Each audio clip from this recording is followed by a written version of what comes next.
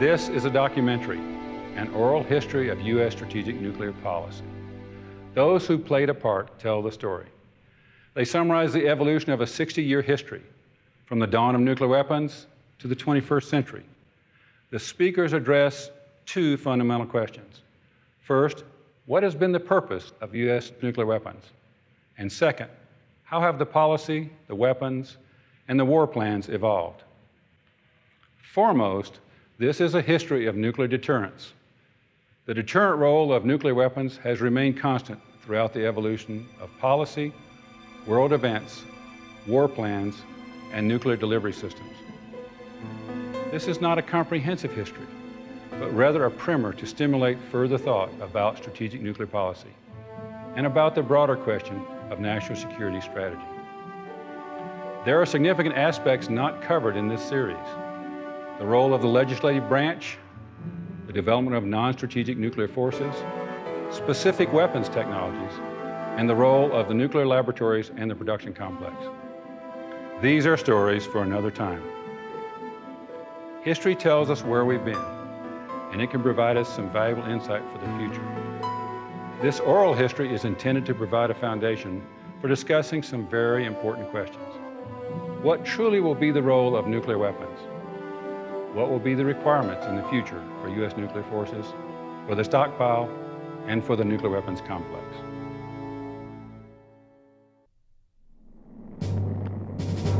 The bombers of the U.S. 8th Air Force invaded Marienburg today. 2 flying fortresses were shot down. Another German factory is missing.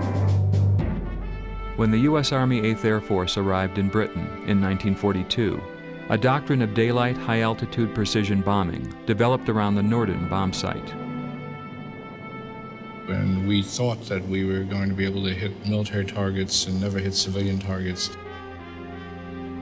We thought we could hit a pickle barrel from 18,000 feet. The British said you can't do that because you're never that accurate, and if you fly by daylight, you'll lose too many planes to German interceptors. So they bomb by night, aiming at entire cities. It was an Allied bomber offensive with both the British and the Americans adapting different doctrines and bombing in different ways. It was much shorter distances that the bombers had to fly, and it was against a different set of defenses than you had in the Pacific. Air war in the Pacific was more catch as catch can in the way we had to adapt to it. Japan was understood as a special case. The Air Force was willing to do area bombing when it couldn't do what they were counting as precision bombing, which also wasn't that precise, but it was a different operational setup, and it was a different way of understanding what they were doing. The basic question was whether or not you would be able to break industrial structures, aircraft production plants, engine production plants, petroleum refineries, electrical grids, things like that, whether you'd be able to destroy those with your bombing campaign.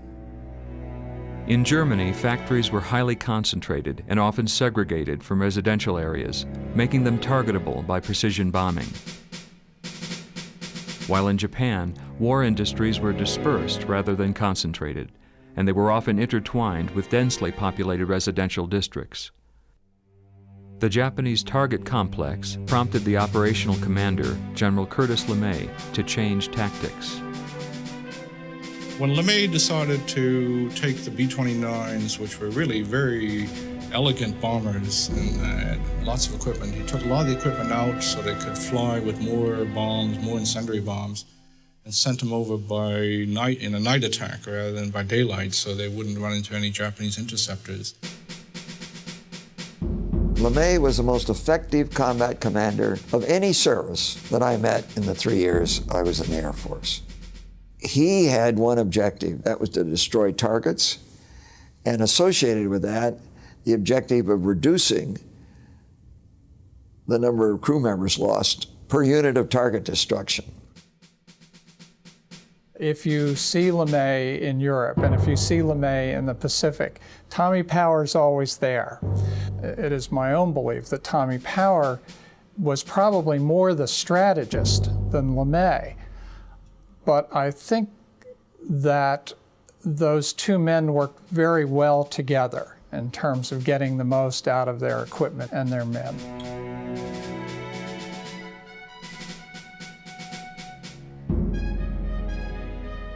tried out this approach very similar to the British in Europe of just bombing out all of Tokyo in one attack. Maybe if you burn an entire city, which in the case of Tokyo involved 100,000 people being killed, the Japanese will quit. The first and the fiercest of these urban area attacks came on March 9, 1945. LeMay had abandoned the doctrine of high-altitude daylight bombing against military assets and reverted to the urban area firebombing strategy practiced by the British against Germany.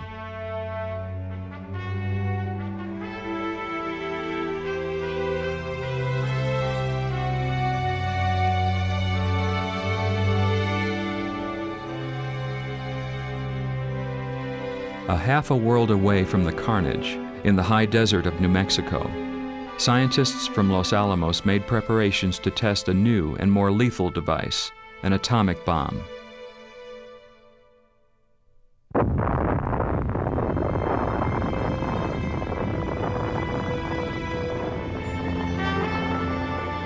The foundation of strategic nuclear policy would arise from a confluence of this revolutionary new capability and the air war strategy practiced over Japan.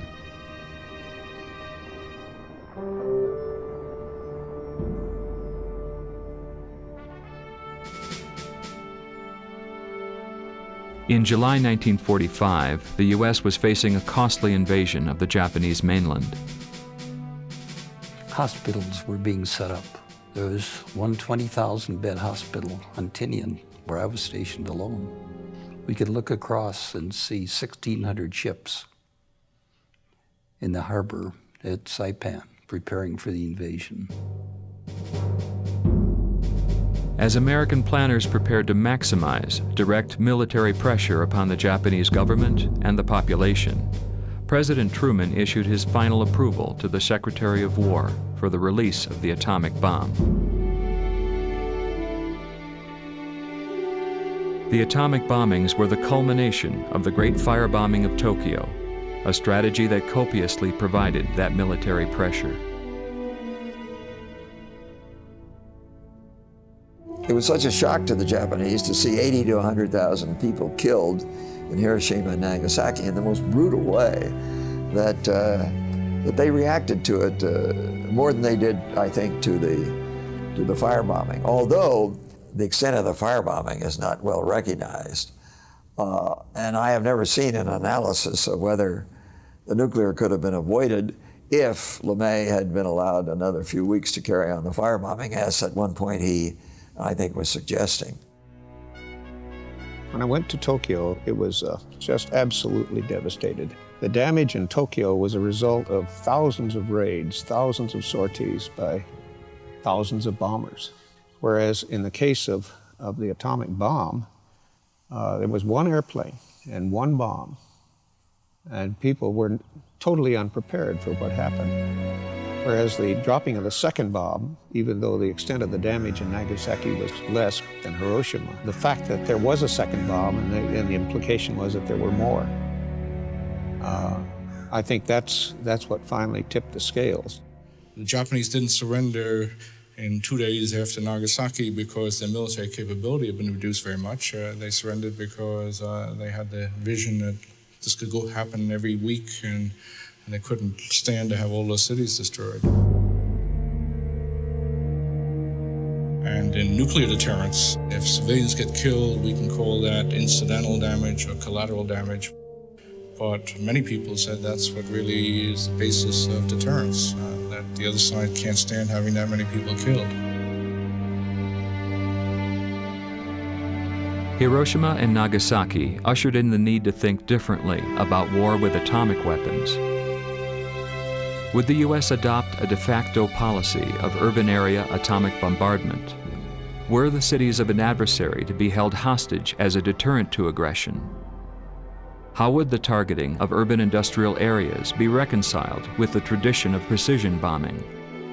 And as the accuracy of nuclear weapon systems improved, would more precise targeting introduce new concerns about the prospect of nuclear war fighting? These questions, and many others, would inform the evolution of a strategic nuclear policy. Over time, policy would be derived from the influence of successive presidential administrations, dynamic world events, as well as the evolutionary development of nuclear weapons systems.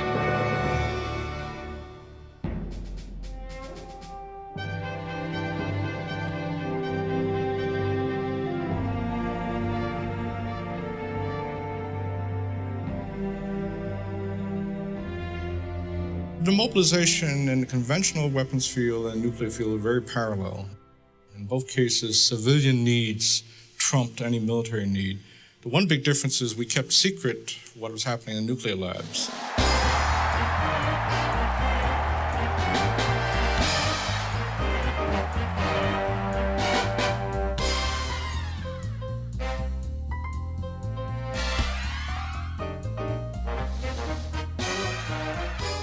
Like most Americans in 1945, the scientists and their families at Los Alamos were anxious to put the war behind them. Many returned to universities, leaving behind a scientific enterprise that faced an uncertain future and a new body of knowledge which continued to be shrouded in great secrecy. There were very few people who actually understood the atomic bombs as they existed in the period right after World War II. The security restrictions were still intense. The development of atomic bombs, nuclear bombs, was still in an early phase. Everyone understood, kind of outside of their official capacity, that the atomic bomb was a weapon of extraordinary devastation. So they had this tool, this weapon, on the one hand, and the knowledge that they were, the knowledge base that they were building was for much more discriminate force. On the other hand, there had to be assumptions that would be made that would guide military planning. Would you or wouldn't you use the atomic bomb? A commander's job is to demonstrate how to prevail in a war, and therefore how to plan for that war. And as such, nuclear weapons, pretty much from the beginning, have been treated as instruments of war. These weapons were simply looked upon as being essentially larger conventional weapons. I think that Truman in particular had a very personal understanding of the damage that these weapons could do, and I believe that Truman really didn't want to use them. Private reflections were quite apprehensive about what the implications of this were for the future of humanity. In terms of his public pronouncements, he, of course, associated the bomb with victory in World War II, and also for a brief time period at least, Truman and the Truman administration seemed to seriously explore possibilities of international control. If they do not now accept our terms, they may expect a rain of ruin from the air, the like of which has never been seen on this earth. Even as President Truman issued a final ultimatum before the second bomb was dropped on Nagasaki, he promised to redirect atomic power towards the maintenance of world peace. The stage was set for the development of a proposal for the international control of atomic energy by an expert board of consultants that included Robert Oppenheimer, who had led the development of the atomic bomb. In less than a year, Bernard Baruch, a successful Wall Street speculator, was appointed as the U.S. representative to the UN Atomic Energy Commission. There, he presented the American proposal, which came to be known as the Baruch Plan. Almost immediately, the Soviet delegation raised objections to the plan's proposed controls on fissionable materials and an on-site inspection regime that threatened ongoing secret work deep inside Russia. The Soviet position was that, we're going to expect another world war in, say, 20 years, so we need to start preparing for it now. At the end of the war, the Soviet leaders made a number of speeches setting out their view of, how international relations would develop after the war. And Stalin said that Lenin's theory of imperialism was still operative, and that as long as imperialism existed, there would be wars. When George Kennan, the American charge in Moscow, reported on Stalin's speech, official Washington first began to regard the Soviets as a threat. Kennan's long telegram was meant to do several things. One, to alert Americans that Russia was not going to be easy to live with. Secondly, if we wait and hold them, in the long run, communism might lose its expansionist self-confidence. Now, Kennan's containment doctrine said that if you keep the Russians contained, keep them from expanding, they will look at their own article of scientific analysis that says the world is bound to have come under communist control and see that it's wrong. But throughout 1946, the Soviets consolidated political power in a series of buffer states, forming what Winston Churchill would call an Iron Curtain. With the onset of the Cold War, symbolized by Churchill's speech, increasingly the emphasis was on maintaining nuclear supremacy, preparing America and the West militarily for this long and desperate struggle. Churchill's suspicion of Joseph Stalin at the end of World War II had been confirmed, and he cautioned Truman to protect and maintain the American monopoly of the atomic bomb. The fact that that came more or less simultaneously with the other effort to promote international control, I think shows the ambivalence of that period. As he contemplated the possibility of an emerging Soviet nuclear capability, Truman was also determined to maintain civilian control of the bomb and appointed David Lilienthal chairman of the newly created Atomic Energy Commission. In April 1947, its first report warned of serious weaknesses in the situation from the standpoint of the national defense and security. One thing we really don't know today is how much did the Soviets know about how few functional atomic bombs we had in 1946 and 47. And by many measures, we had none. What we had was on a shelf in a state that would take weeks to get it ready for use. These would have been very manpower-intensive nuclear weapons that had to be kept ready. And we weren't doing that because there wasn't the motivation to do it, and we weren't expecting the Cold War, weren't expecting to use weapons against the Soviet Union. In 1947, the Truman Doctrine, ensuring the independence of Greece and Turkey, drew a line preventing further Soviet expansion in Europe. The foreign policy of the United States is the creation of conditions in which we and other nations will be able to work out a way of life free from coercion. You have to remember that the United States was doing something that was revolutionary through World War II and immediately beyond. We were making decisions that we would enter and remain engaged in the world in a way that we had never done before. And the United States had loaned Europe about $11 billion in various aid programs to kind of kickstart the French, British economies. And in late 46, early 47, economic progress begins to slow. And so there's this growing sense of emergency.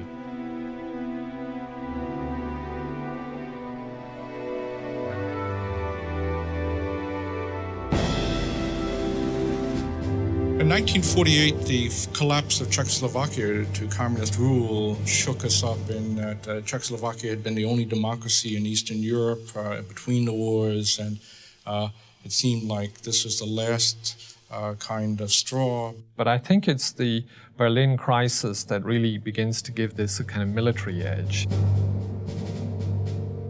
But when Stalin imposed the blockade, I mean, he was resisting what he saw as moves to create a separate West Germany. The blockade on Berlin shook us up more. It's the second blow within a short period of time in 1948, and it directly involved American forces. It seemed to be an attempt maybe to set dominoes going to affect all of Germany.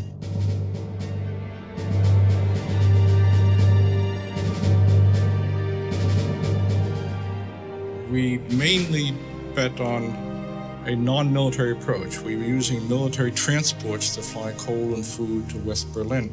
But as a backup for that, we also did make a big move of American bombers to Britain. I think it's fair to say that the contingency planning by 46 and 47 was focused on the fear that you may have a war with the Soviet Union. We warned the Soviets that if they did some things they could easily do, shoot down our planes or send tanks into Berlin, that we were moving, allegedly, the nuclear forces into Britain. I think sending the B-29s to Europe was a kind of reminder that the US had the atomic bomb, but Stalin knew that. He didn't need to be reminded. To stop the airlift, he'd have had to escalate the situation. I think that's what he didn't want to do. He knew there were limits to the confrontation. Just the mere existence of atomic bombs in 1948, I think, helped restrain him. The American hints at using nuclear weapons in 1948 shows that when you have a monopoly, you can lightly play with nuclear threats and get some results. With the prospect of conflict on the horizon in Western Europe, it had become clear to the Truman administration that there was now a critical need for some fundamental policy guidance about the use of atomic weapons.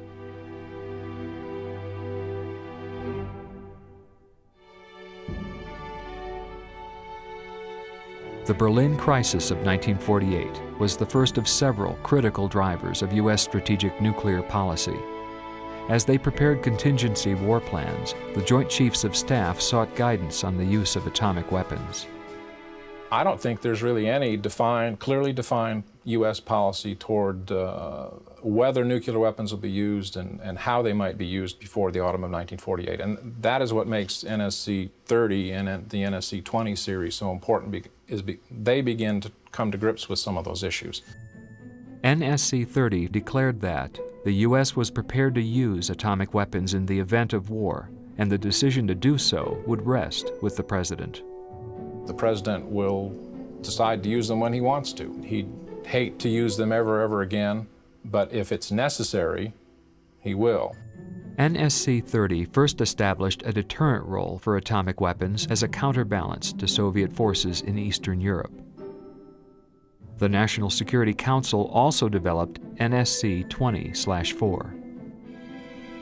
But what we now had is we're settling down into the rhythm of the Cold Wars. We're now settling down into the Soviet Union as the enemy. As we're now settling down into the United States strategy for deterring the Soviet Union, if deterrence fails, having to fight a war with the Soviet Union being based around nuclear weapons, we're settling down into that rhythm where there's a process that guidance flows into the planning system, and that guidance is going to come out of the National Security Council mechanism. Both Hoyt-Vandenberg, who was Chief of Staff of the Air Force, and the Joint Chiefs themselves are beginning to ask the question, if we had to execute the contingency war plans that we have tomorrow, what would happen?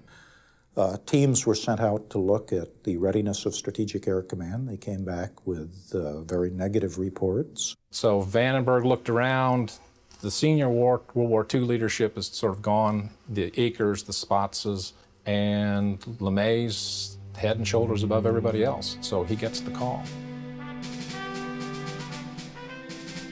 LeMay was a brilliant operator, and I think probably fair to say a brilliant commander. Very dynamic, very energetic, and he wanted a force that could in fact fight a nuclear war. LeMay was continually concerned about the lack of photographic intelligence. They began the atomic targeting based on maps, and some captured German reconnaissance photographs.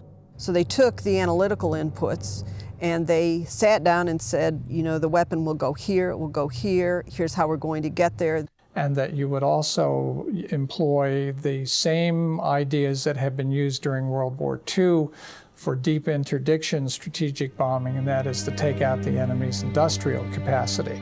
Now, of course, industrial capacity was also co-located with cities, and so there you would have a tremendous amount of disruption using nuclear weapons on those targets.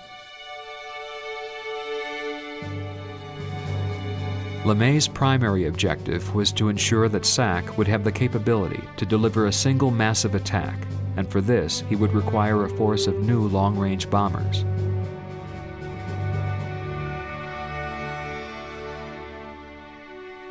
Harry Truman came to office without a lot of experience, certainly no experience in foreign affairs to speak of. The one thing that he brought to the White House was a very fine-tuned look at how you did budget making. And he insisted that Forrestal stick within very, very tight constraints. James Forrestal became the nation's first Secretary of Defense in the midst of a brutal budget battle among the newly formed Joint Chiefs. Forrestal tried but failed to resolve the differences. In February 1949, Eisenhower was brought in to mediate the dispute over budget priorities that favored the Air Force's new B-36 atomic bomber. The Navy saw this as a threat to its ability to project power from aircraft carriers inland.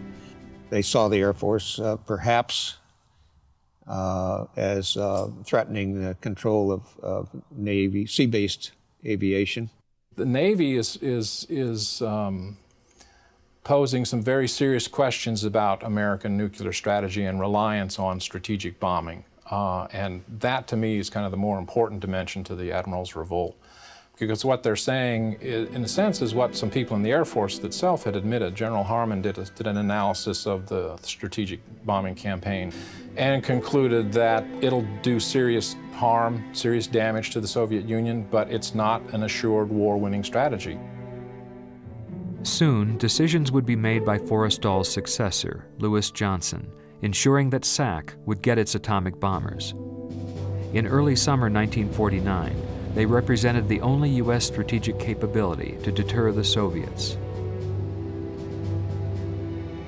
In July, the Senate would ratify the NATO treaty, and now atomic weapons would underpin Article 5 of this new security commitment.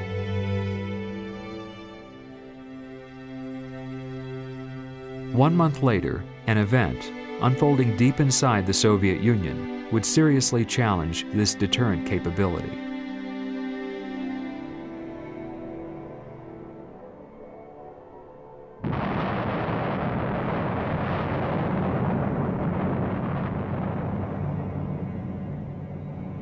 On September 3, 1949, a specially equipped B-29, flying east of the Kamchatka Peninsula, detected the presence of radioactive residue from the blast of Joe 1, the first Soviet atomic test.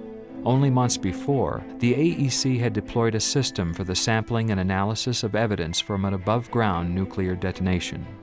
Some of us were not surprised. Some of us thought that they would be right on our heels, so to speak, and clearly they were. There were other people, primarily in the government, that thought that it would take them a much longer time. There were a couple of important people who said it would take a long time, General Groves and Vannevar Bush, but even Vannevar Bush said it'll take 20 years unless they give it the highest priority, which is exactly what they did. So we underestimated the speed with which they could move. We failed to understand the degree of assistance in 1948-49 that the Soviets had obtained from spies in the West. The detection of the test immediately put in train a number of actions by the president. In the next month, for example, he approved a request by the JCS to very largely increase the capability for producing nuclear materials. The approval of the Special Advisory Committee's recommendations set in motion a series of events. Increased production of fissile material at the plutonium processing facility in Hanford, Washington, accelerated production of the new Mark IV bomb at Los Alamos, and construction of nuclear weapons storage facilities around the country.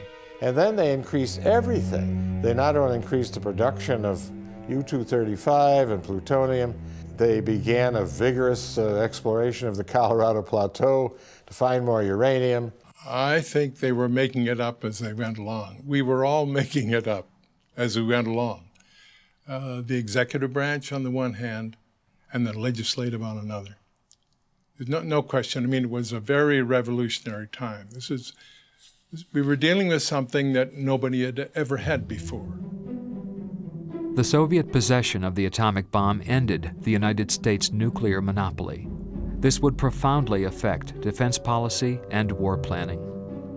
The military strategy depended completely on the capacity for our monopoly of the nuclear weapons to deter and counterbalance the very large conventional forces which the Soviet Union had. As early as August 1947, the Joint War Plans Committee began drafting a series of contingency war plans that authorized an ever-increasing role for atomic weapons. Half Moon was the first of these plans, approved during the Berlin crisis of 1948. There's a witch's brew of names that you have from those days as you move from Half Moon to Trojan to Off Tackle to what have you, and then all the supporting war plans, et cetera, et cetera. Basically, you have a joint outline war plan and you have supporting plans for it. And the joint outline war plan that the JCS approved will take whatever the strategic concept is and put it into play. In the absence of detailed higher-level guidance, those involved in nuclear war planning carried over what they knew from World War II, including a sense that they were involved in an enterprise of precision targeting. They carried over the same sense of target categories. They carried over the same sense that nuclear weapons were primarily blast weapons.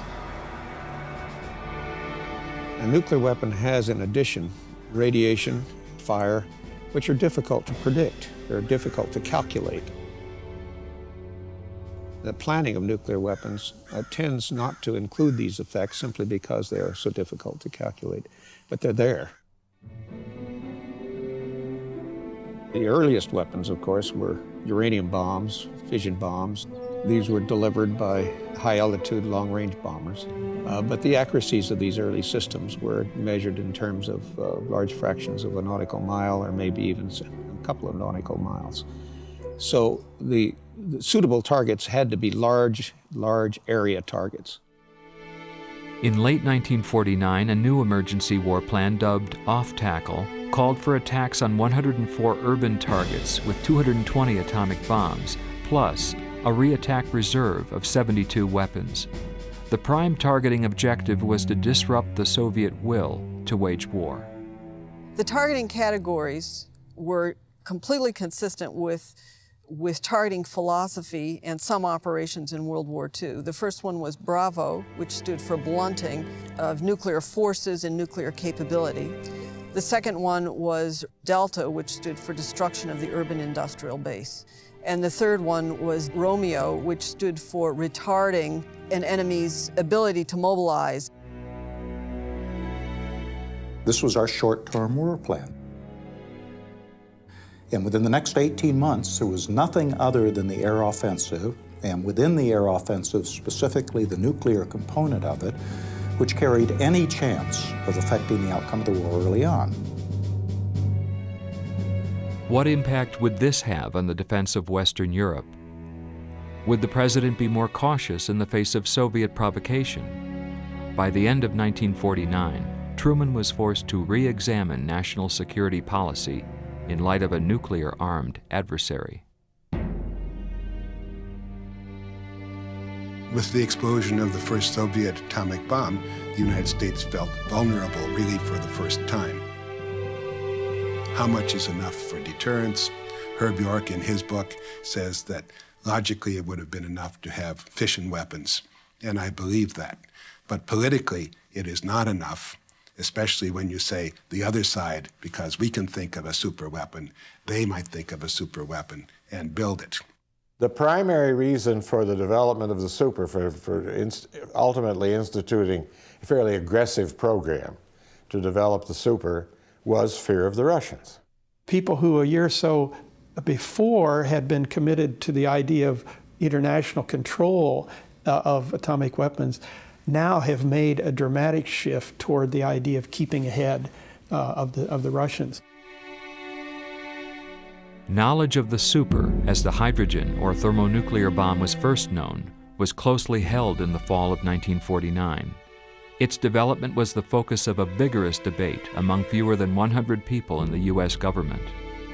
Senator Brian McMahon, chairman of the powerful Joint Committee on Atomic Energy, and General Omar Bradley, chairman, Joint Chiefs of Staff, were among those who supported building a super bomb and believed that we should get ahead as quickly as possible. Truman also heard from those who opposed its development. Well, the Atomic Energy Commission itself, that is the 5 atomic energy commissioners, were divided on the subject. The president set up a special subcommittee to study the question. The Special Committee of the National Security Council consisted of AEC Chairman David Lilienthal, Secretary of Defense Lewis Johnson, and Secretary of State Dean Acheson. That committee met for 2 months, and at the end of January reported to Truman and essentially recommending that he go forward with the development of the hydrogen weapons. That was something that was very much contested and argued about and debated within the administration, but nevertheless, the committee recommended it, and President Truman, in about 7 minutes, approved it. He had no doubt in his mind that it has to be done if it works. The idea that something is too good for us to work on just did not make any sense to him. He never said that, but that is my feeling of him. He also directed his principal advisors on security to produce for him a study as to how U.S. strategy would be affected by this new development.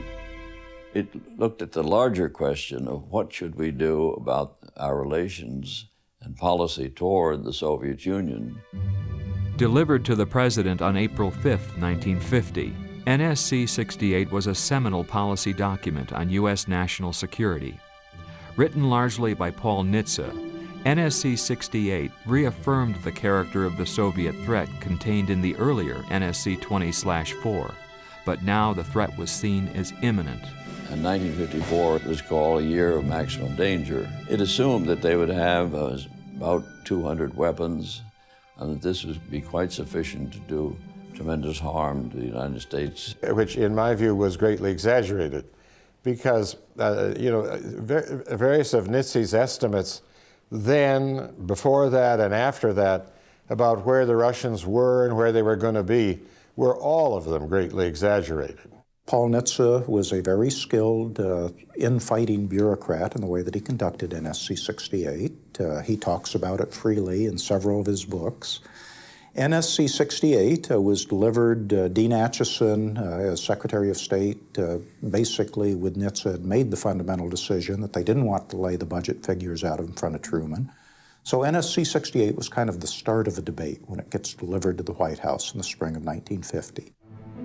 But Truman wasn't about to take Nitze's or Acheson's word for it, and set about evaluating the implications as well as the probable cost for the massive nuclear and conventional buildup called for in NSC 68.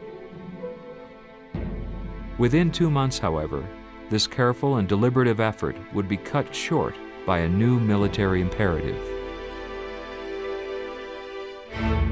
By the middle of 1950, the North Koreans had a fully trained and equipped army. The Russians had seen to that. The day came when it was revealed what had all along been the communist plan, the invasion and seizure of South Korea. The invasion got underway on the morning of Sunday, June 25, 1950. The invasion of South Korea was a surprise like the Berlin blockade of 1948 and the Soviet atomic test of 1949. Individually, these events prompted the evolution of U.S. strategic nuclear policy. Taken together, they sparked a massive buildup of the nation's nuclear and conventional forces. Many people attach that buildup to NSC 68. I myself have never been sure that there was quite that close a connection. We had a war on our hands. We had tremendous concern and sense of danger in Europe. The Korean War hit, and the nature of the decision-making process becomes different almost overnight. And NSC 68, it's one of those peculiarities of history that it happened to be available at the time it did. But it was really the shock of the Korean attack which led Truman immediately to take the lid off of the defense budget. In the United States, there had been great shock that first that war had come about, And there was shock in Europe as well, because it looked as though the Soviets might be on the march. That's when the European countries decided to ask the United States to send Eisenhower to be the commander. You have the wholehearted backing of the people of the United States, and I know that you'll have that same backing from the 11 other nations who are in the Atlantic Treaty. Goodbye and good luck. In the fall of 1950, intelligence assessments delivered to Truman suggested that a window of vulnerability had now opened. Would the U.S. become more vulnerable while it was increasingly drawn into the Korean conflict and before rearmament could restore the strategic balance? The prospect of a Soviet invasion of Western Europe now deeply concerned Truman and Eisenhower. By winter, the UN forces faced once again the possibility of being driven from Korea. Discouraged, outnumbered, ill-equipped to handle the cold, they barely hung on through the freezing Korean winter. After we had poured basically all the ready forces we had available into the Korean conflict, it was anybody's call as to where Korea was going to go at that point, whether we'd lose the war, whether the Soviet Union would intervene, things of that sort. It was a very desperate situation. There was a good deal of talk about trying to estimate what was called the date of maximum danger. Many proposals were in the air that if this is going to happen, it should be headed off. After the Soviets tested in 1949, it was understandable that the United States began to contemplate whether it would be appropriate and indeed necessary for national security to attack Soviet nuclear targets. But Harry Truman rejected the notion that the United States would deliberately precipitate a war against the communist adversary. At the same time, there are a number of military officers who rejected Truman's view. And so people like LeMay and others in the early 50s, when we were way ahead of the Russians in the development of bombs and in the accumulation of them, took the view that war is inevitable, and the longer we wait before it comes, the worse off we're going to be. Now, Stuart Symington, who was the chairman of the National Security Resources Board, had previously been the first Secretary of the Air Force, delivered a report to the National Security Council. Recommended policies and actions in light of the grave world situation. In the fall of 50 or 51, the calls for preventive war, the serious calls that would be considered at the National Security Council, it was NSC 100 in my estimation. Any further Soviet aggression in areas to be spelled out would result in the atomic bombardment of Soviet Russia itself. Declaratory policy, atomic bombardment automatic. The closest you get to a call for preventive war is this document, in my estimation. And the National Security Council discussion makes it clear that even the principal author of the document, or the principal sponsor of the document, himself was not calling for preventive war. Now, it's a very different question as we get into the Eisenhower years of how you best use the nuclear stockpile of the United States as a psychological tool. As nuclear weapons became more firmly rooted in United States defense policy, their growth in yield would become central to the psychology of deterrence. The natural power of the universe is harnessed in the new atomic bomb. Its tremendous possibilities are explained in this chart. In just a few years after 1949, we had weapons, pure fission weapons, of 50 kilotons instead of 10 to 20 kilotons. They were very fine nuclear weapons, and we didn't have to have a hydrogen bomb, a super, and besides, we didn't know how to make it. Other people felt that we had to have enormously superior power in order to destroy the Soviet Union. The policy, as I understood it, was a clear understanding that the purpose was one of deterrence, that we should be ready with something more powerful. Some nuclear weapons made deterrence much stronger. The development of the hydrogen bomb at Los Alamos was part of a much bigger effort to expand our entire nuclear weapons program, including the production of materials, the mining of uranium, etc. In 1950, there were 8 sites and 55,000 employees. There were 20 sites 3 years later and 142,000. And this very dramatic growth continued in the 1950s and the 1960s. Immediately following the detection of the first Soviet atomic test, President Truman authorized successive expansions of the nuclear weapons complex that included plans for a second laboratory in Livermore, California.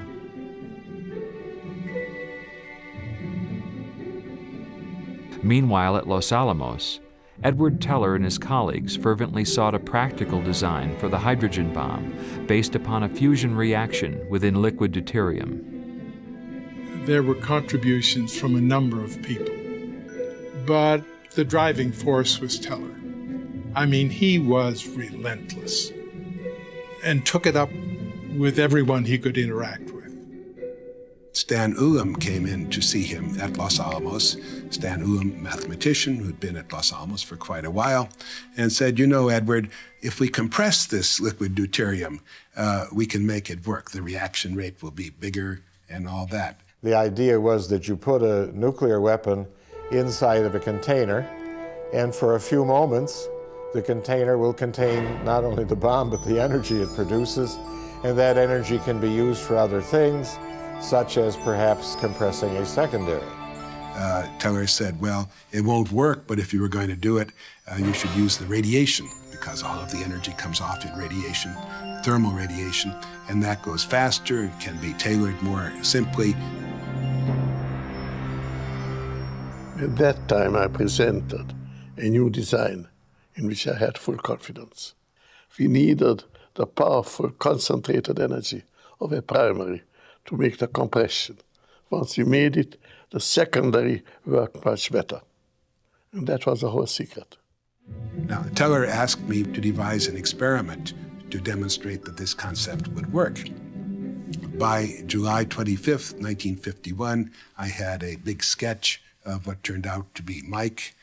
There were no new ideas, but a very competent write-up as to the actual proposal and how it should manifest itself and be proved in a test. Minus 10 seconds. 9er, 8, 7, 6, 5er, 4, 3, 2, 1.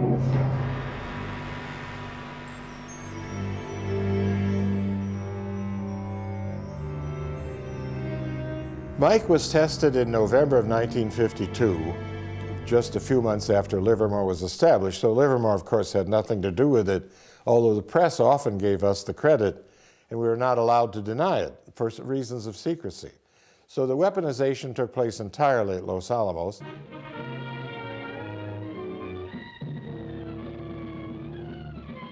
The development of an emergency capability based directly on the deliverable version of Mike.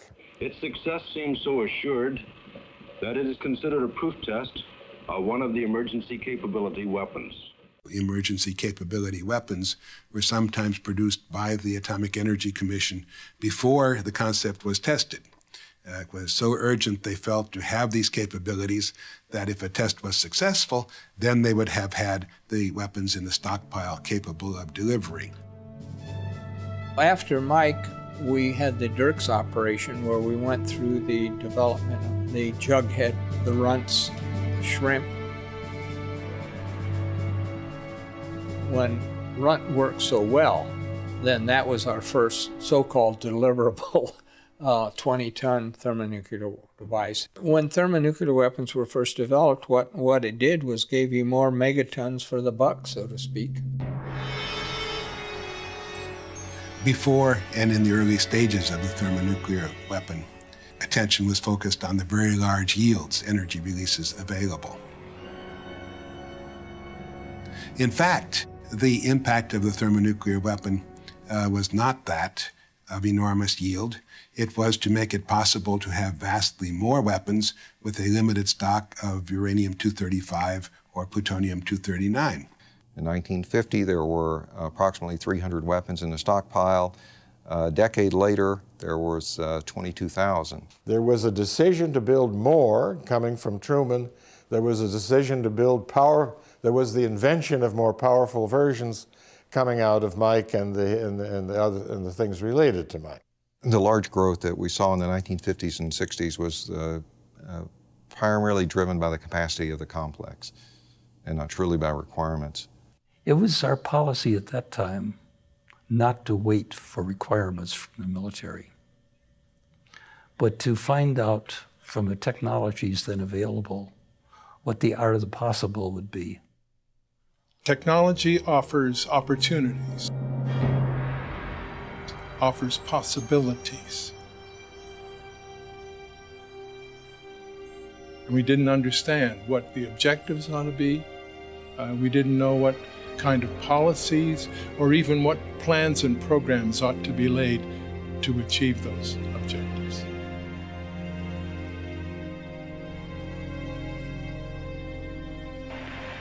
We face the threat not with dread and confusion, but with confidence and conviction. We hold it to be the first task of statesmanship to develop the strength that will deter the forces of aggression and promote the conditions of peace. My citizens, I thank you. Dwight Eisenhower assumed the presidency in the months following the detonation of the world's first thermonuclear device at Eniwetok. Throughout the campaign, Eisenhower had promised to re-examine the balance between security and solvency.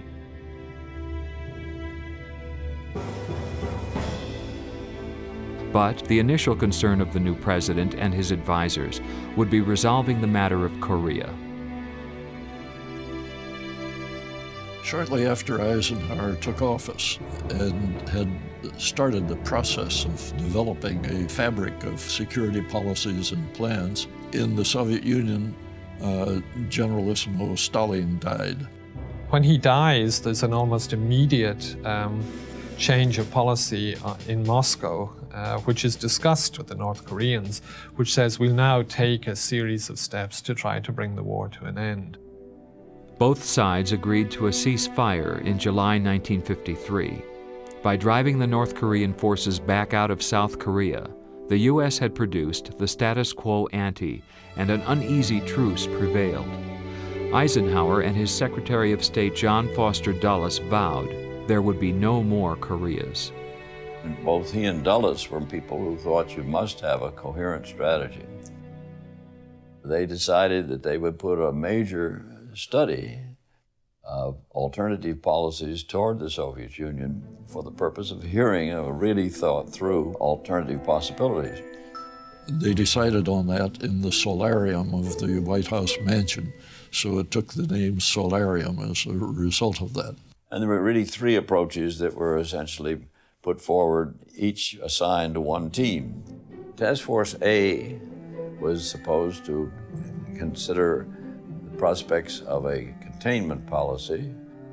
B was called drawing the line, that if they took any measures to expand, they would run the risk of a massive response. And C was given essentially the assignment of defending a policy of rollback, of the idea of trying to force the Soviet Union to capitulate by coercion. At the end of our work, which went on for 5 weeks, in complete secrecy here in Washington, we met in the library of the White House. And each of the teams had a time for a full presentation of its case. At the end of it, Eisenhower jumped up and said, "Now I'd like to summarize and comment on what we've heard." And he spoke for 45 minutes without a note, pulling the whole thing together. In doing so, he showed his intellectual ascendancy over every man in the room. Most of the qualities which the press later on simply disregarded. In the end, Eisenhower reaffirmed a policy of containment. The president was under no illusions of what a nuclear war with the Soviets would be. It would be a war of utter devastation. The Joe 4 explosion in August of 1953 had a major psychological impact on us.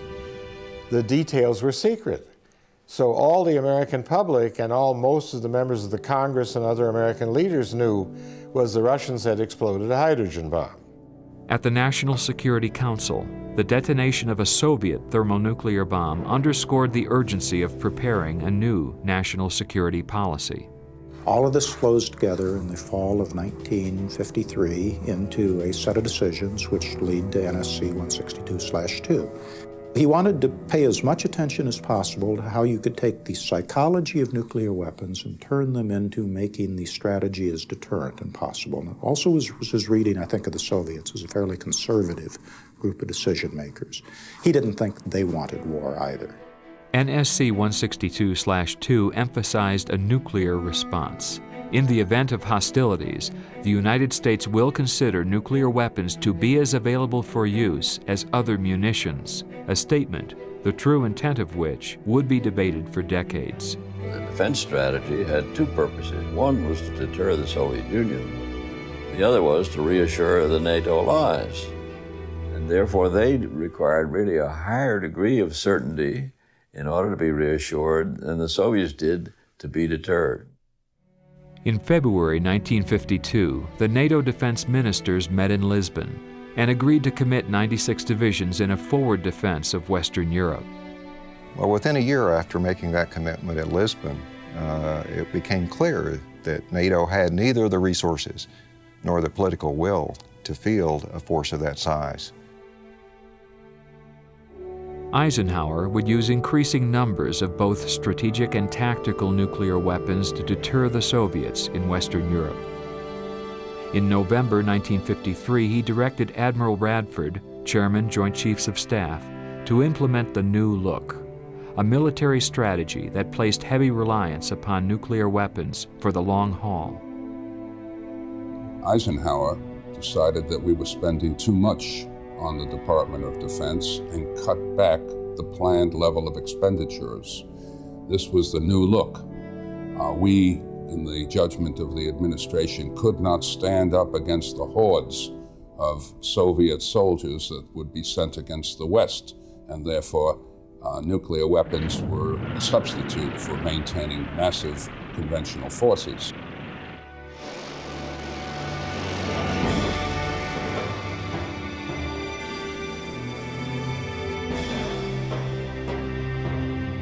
Nuclear weapons got at the heart of NATO strategy very quickly from their initial deployment in 1953. Although the exact role, exactly how and when they were going to be used, was often confusing and ambiguous. NATO intelligence tended to exaggerate the Soviet threat over the years. The prevailing presumption was a worst possible case, to wit, that the Soviet Union would be bending every resource to build up their military forces against the West as rapidly as possible. And so a lot of our training and plans were geared on that premise. MC-14/2, massive retaliation or the tripwire strategy, was basically that should this massive invasion occur, massive nuclear forces would be used. It would be all-out nuclear war. It was all or nothing. In the notes of a meeting prepared by Colonel Goodpaster, the president's close personal aide, Eisenhower laid out a deterrent nuclear posture that would set in motion a 20-year buildup of nuclear weapons deployed in Western Europe. Goodpaster wrote, he indicated his firm intention to launch a strategic air force immediately in case of alert of actual attack. He stressed that a major war will be an atomic war.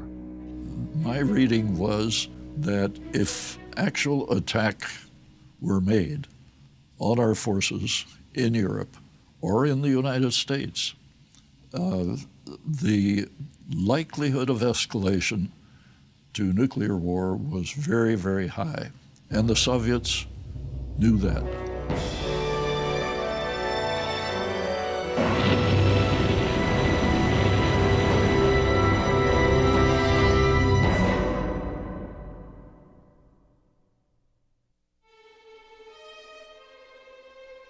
The root word is terre, which means to frighten with an overwhelming fear.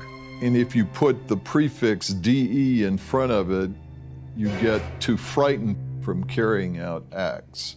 It involves emotions as well of self-preservation, preservation of regimes, preservations of countries. Deterrence really rests on a strategy of war prevention, not a strategy of war fighting. The main purpose of the nuclear deterrent is to put an exclamation point on the end of the sentence that says, if you do bad things to us, we will do even worse things to you, so you'd better not do it in the first place. I think where the nuclear weapon made its biggest difference in history was in Europe during the Cold War. NSC 162/2 had formalized the concept of nuclear deterrence and extended that deterrent to Western Europe. Eisenhower's challenge was to communicate this policy to the Soviets, the NATO allies, and to the American public.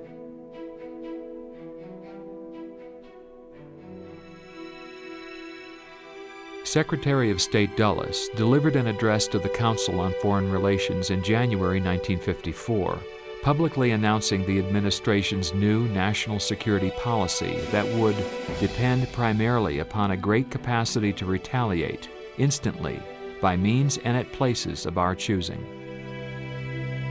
Massive retaliation, the way Dulles and Eisenhower used it, in a way was a suicide pact. It said, if the Russians invade Western Europe, we're going to hit back with everything we have. We're not going to waste a lot of resources on trying to build tank defenses against tanks. And there's been no other time, I think, the U.S. has ever believed that to an overwhelming conventional capability, its only response was to escalate to the use of nuclear. The resulting controversy took Dulles and the president by surprise. People were very skeptical about Dulles's announcement, about basically the credibility of the announcement, that it was just not believable that if there was going to be some incursion in what was then called French Indochina with communist forces, would the United States would it really be plausible that the United States would use nuclear weapons on its bombers and destroy Moscow? It just seemed such a disproportionate response. The introduction of nuclear weapons to deal with every possible contingency certainly struck me, and I think a lot of other people, as just being horrendous. There were several reasons for the criticism, but the most important was that unless the Soviets or the Warsaw Pact launched a massive attack, it did not seem to justify a massive response on our part. In 1954, William Kaufmann was among an emerging group of civilian strategists who argued that the credibility of retaliation was the key element of deterrence. There was certainly a problem in the NATO community about the probability that the United States would really let loose its nuclear capabilities in the event of a Soviet invasion. If the U.S. was there, present in case of any attack, it was bound to be involved because its forces were involved. But it was not a one-sided affair where we could just blow away some targets, which were never specified, and that there would be no retaliation. A massive retaliation was not seen by Eisenhower as the panacea for all forms of military conflict. On the contrary, it was addressed primarily to the question of how to prevent or conduct general war if that should be forced upon you. Eisenhower never really, I think, came seriously close to considering use of nuclear weapons. So he was much more cautious. We had advantages, technology, air power, nuclear weapons, and they were trying to play to our strength. And I think it was fine with him to have in Dulles a pure ideologue, someone who was going to try to scare the hell out of people. That's declaratory policy. Whether it matches employment policy, what you'd actually do, is another matter. Eisenhower, by betting on massive retaliation, made European economic growth continue longer. Fewer young men had to be in the military. We're all richer today because we took that chance in the 1950s of betting on massive retaliation.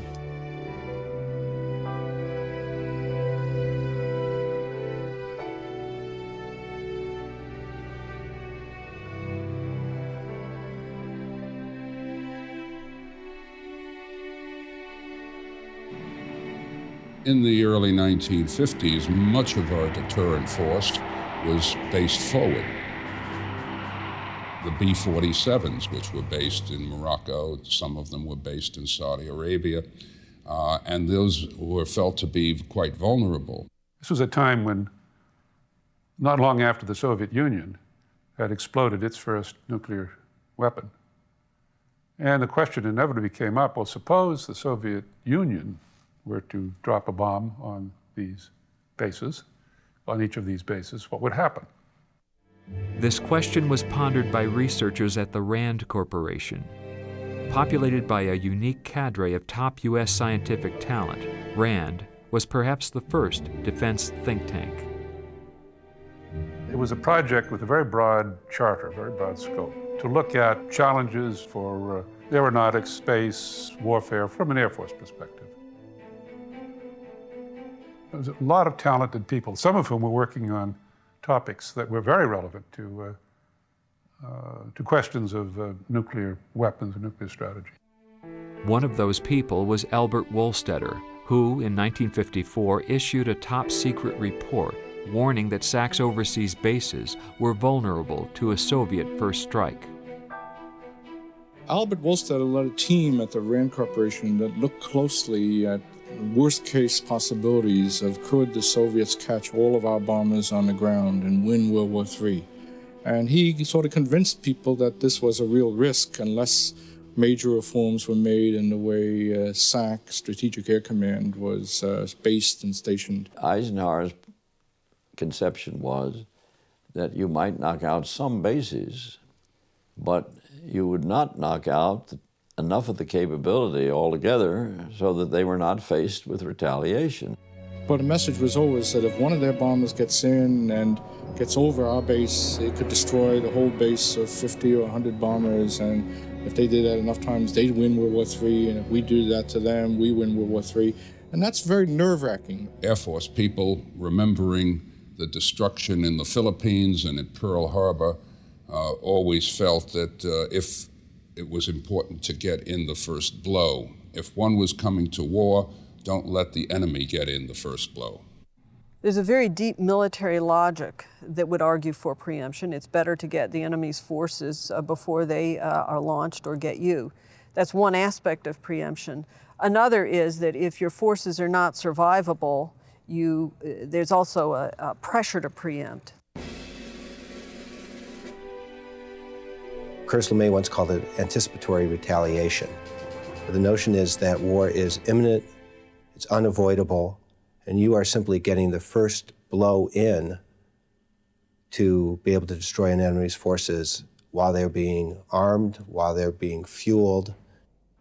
LeMay was prompted to propose preemption for the same reasons a number of other thinkers were.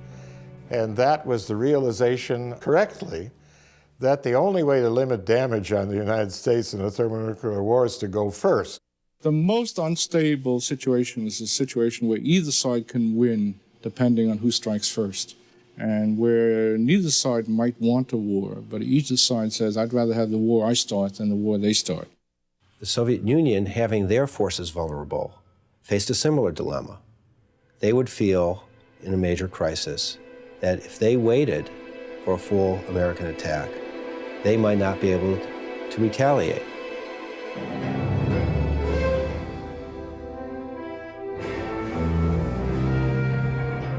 Bomber crews racing out to take off was very exciting to watch, makes great cinema.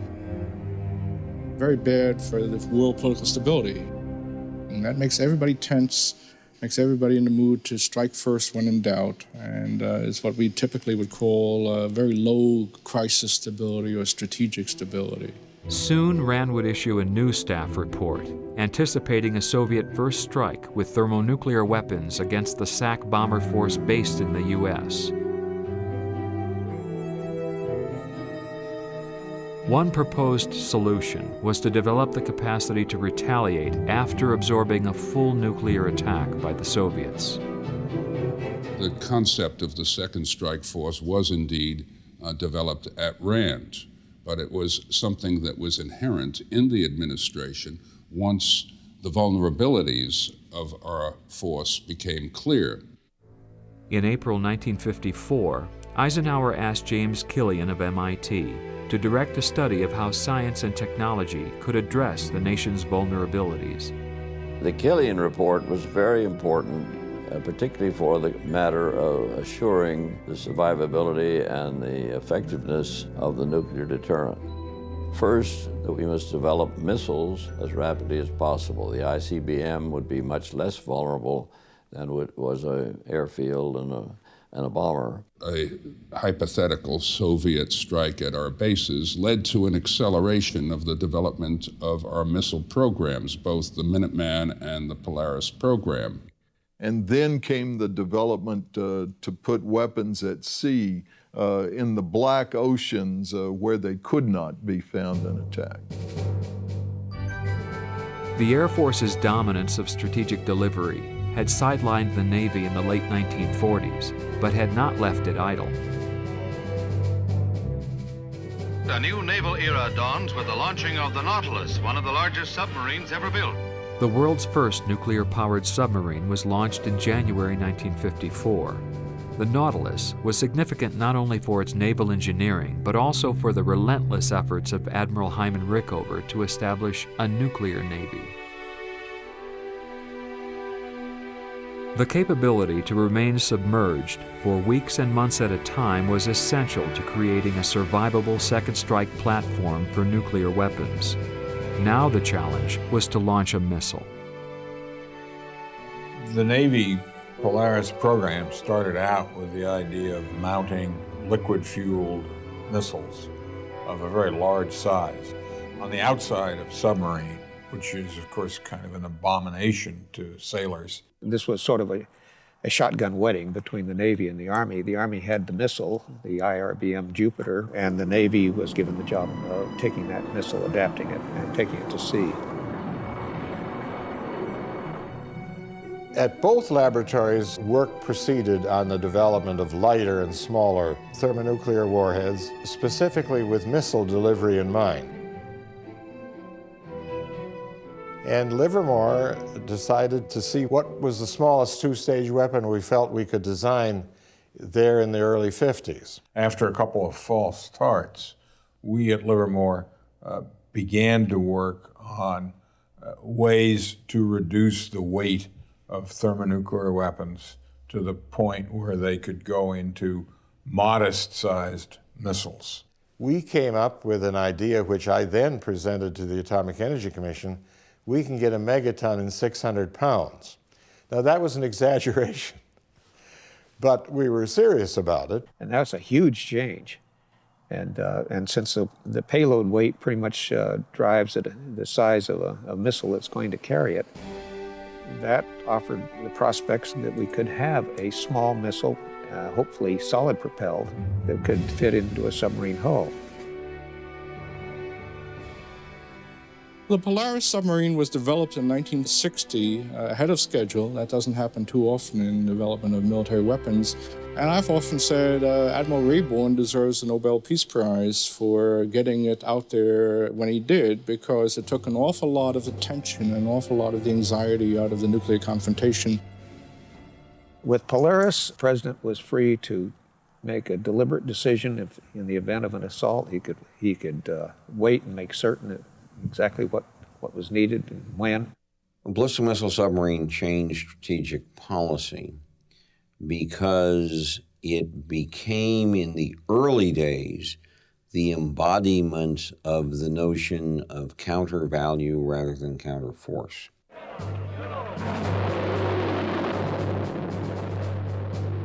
And definitely those missiles were counter-value missiles. Somebody once asked Admiral Rayburn whether a missile fired from the ocean would be accurate enough.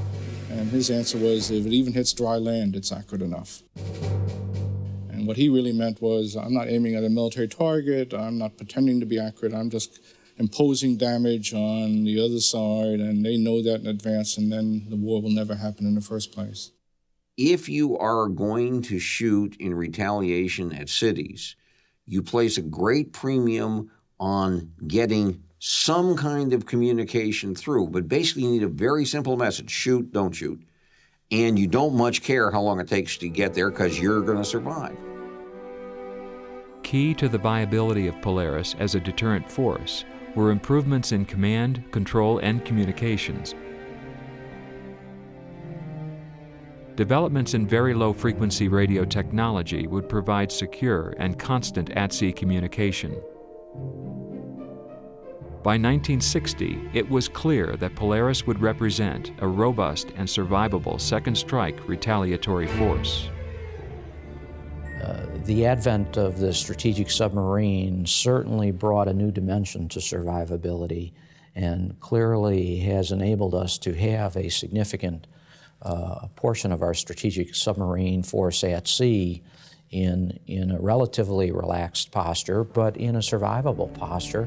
And that survivability really enables you to essentially always be able to strike second. And that's really what deterrence is about.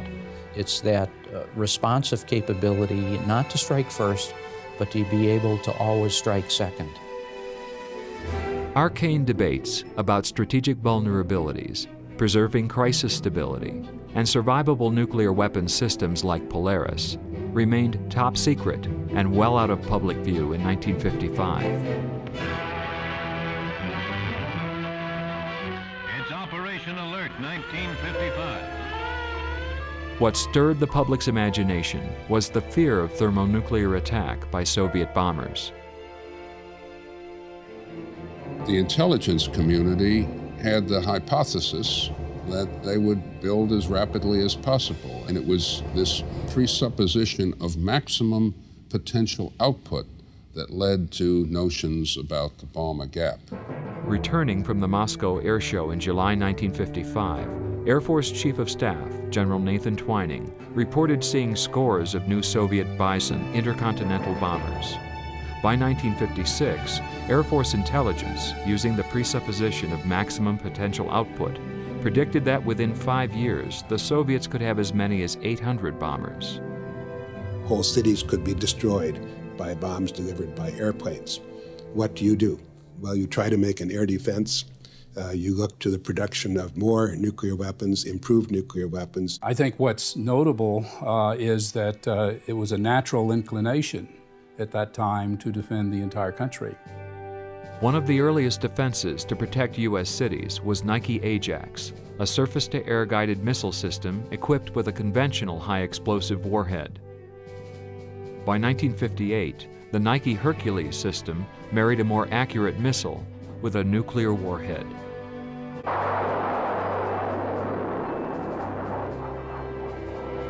We had Nike locations all around the country, very extensive defense systems against aircraft. And so everybody, as a natural instinct, was in favor of defending themselves.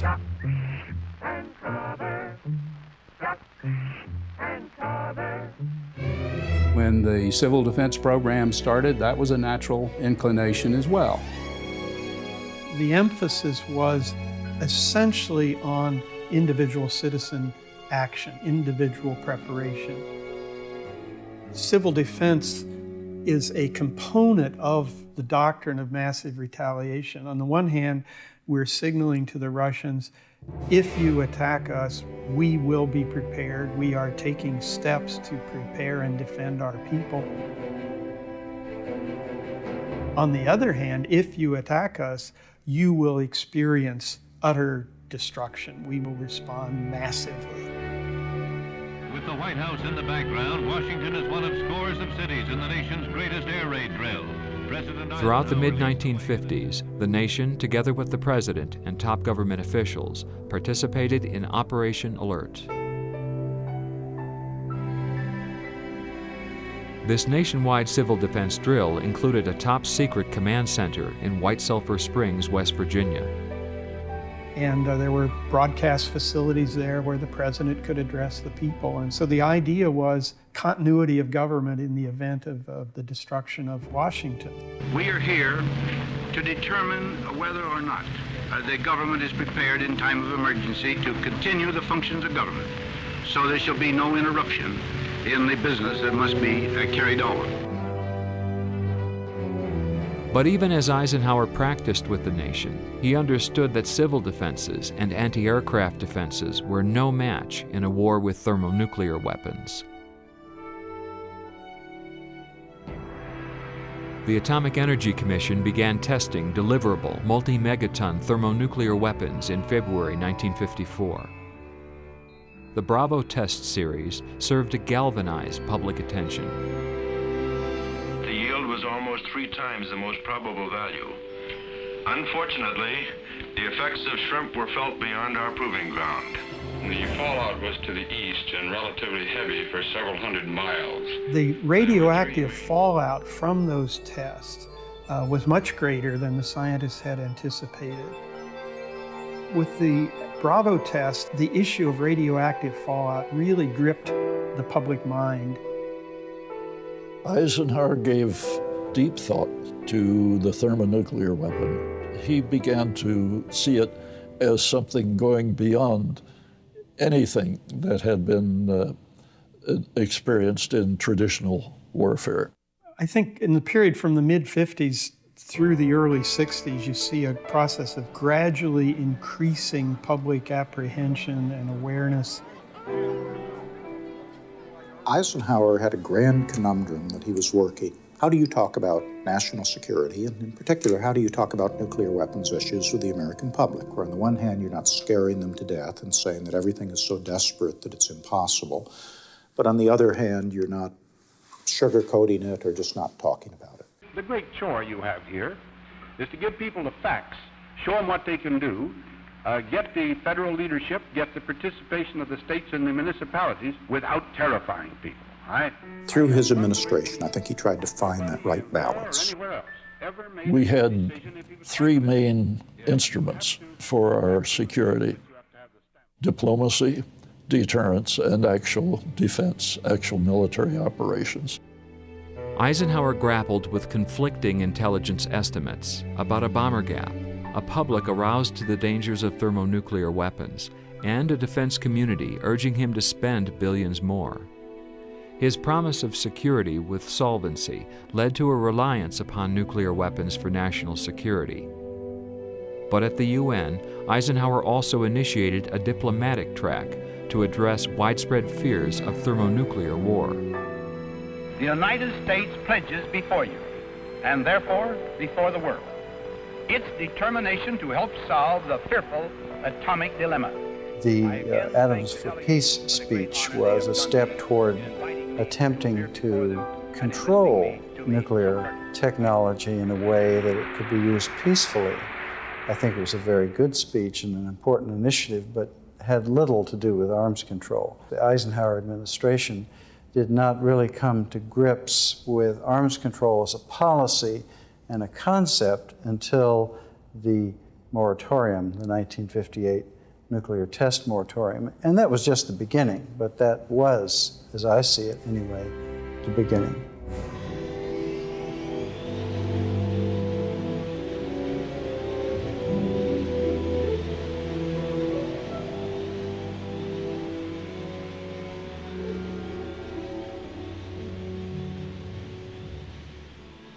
As he worked to assuage public fears about thermonuclear warfare with a new generation of weapons and delivery systems, Eisenhower was about to receive a most unwelcome surprise. Great observatories, radar devices, telescopes, binoculars, and the naked eye scan the skies. In Russian, the word for satellite is Sputnik, and Sputnik has the voluntary moon watchers working overtime.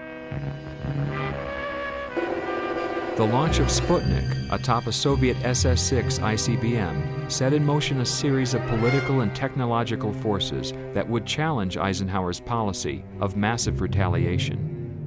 The importance of this feat cannot be underestimated. It brings mankind closer and closer to an actual escape into space.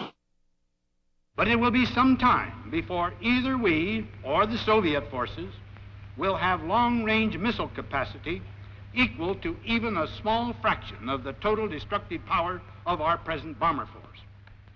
President Eisenhower went on television and he explained that this was a tremendous accomplishment of the Soviet system. It showed that they could launch missiles, of course, but it didn't change our basic deterrence.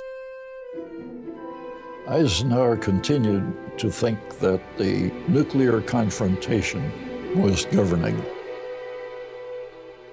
The damage that would come from that was so apparent and so great that the Soviets were not likely to initiate such a conflict. Not for 1 minute did Khrushchev want a nuclear war. I think he was perfectly clear that this would be, just devastating. That's what his own scientists were telling him. And I think he thought that Eisenhower believed exactly the same thing. What he thought was going on was a war of nerves. On the heels of Sputnik came a new report to the president warning of a precipitous Soviet technological advantage, an ICBM capability that could threaten a first strike as early as 1959. People who had dire views of national security said, of course, the Soviets are ahead. They did a better job with the German engineers. They have more missiles than we. There is a missile gap. But he said, they haven't told me a thing I haven't been staying awake nights thinking about for these many years. 2 years earlier, the Killian Report had recommended the acceleration of United States missile programs. It also made another equally important proposal, the improvement of U.S. intelligence gathering. This spurred the development of a high-altitude spy plane to monitor Soviet missile deployment. The U-2 enabled Eisenhower to check areas where they might be producing these weapons and to assure himself that, in fact, they were not in a position yet to manufacture them. Yet even with the benefit of new intelligence, an improved early warning system, and the promise of survivable retaliatory systems on the horizon, many felt that Eisenhower's policy of massive retaliation was losing credibility. The rapid development of the H-bomb caused a number of American strategists, particularly at Rand, to recognize that this was going to be a two-sided game, ultimately. It was very uncertain, but you could certainly try to limit those kinds of operations by dealing only with targets that were military targets. And counterforce arose because a counterforce arose in Russia, so you wanted to try to do something about that. So it became natural to try to target the emerging Soviet nuclear capability. Nobody could guarantee that if you did counterforce and not counter-city, that it would work out, but it was worth a chance. There is a dividing line of people in the nuclear age, because some believe that nuclear weapons don't fit this, that nuclear weapons only will produce such massive, horrific destruction that no political objective could be achieved by actually using nuclear weapons. Others believe that they could be if they were used in a calibrated fashion, if they were low yield, if they were proportionate to the aggression. Eisenhower continued to embrace a policy of deterrence by threatening to inflict unacceptable damage upon the Soviets.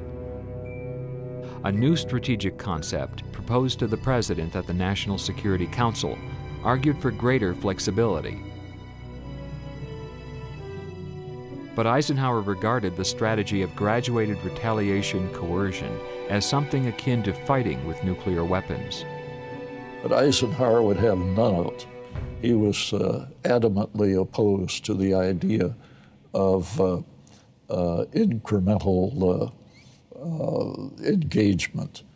Certainly, I think that as an experienced commander from World War II, Eisenhower had little truck with that. The fog of war would just wipe away the nature of the signals you were sending. All of us know that, whether started deliberately or accidentally, global war will leave civilization in a shambles. This is as true of the Soviet system as of all others. In a nuclear war, there can be no victors, only losers.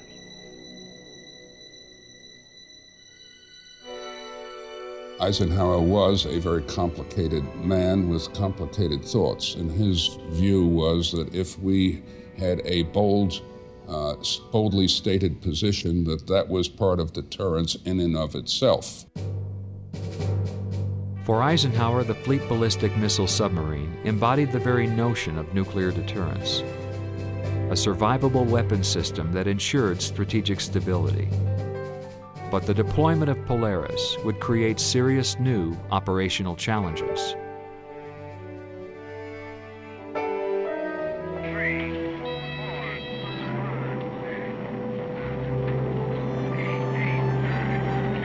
Beginning in the late 1950s, a technological momentum drove the development of U.S. ballistic missile systems. The speed of this growth would overtake national policy and operational planning.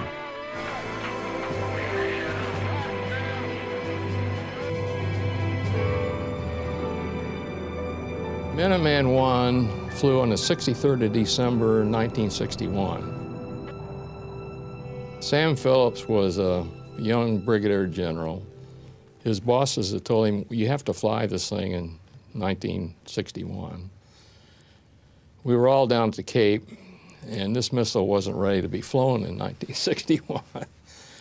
So I said to Sam, look, we'll take this calendar, we'll put it in the blockhouse. We'll extend December till we get the thing flown. So we actually flew it on the 63rd of December. That was Flight Test Missile 401. With that piece of data, we knew the thing would work. A year before the successful test of Minuteman I, the Navy commissioned Polaris and developed separate targeting plans for their A-1 ballistic missile. A submarine-launched ballistic missile would now greatly complicate the nuclear planning process.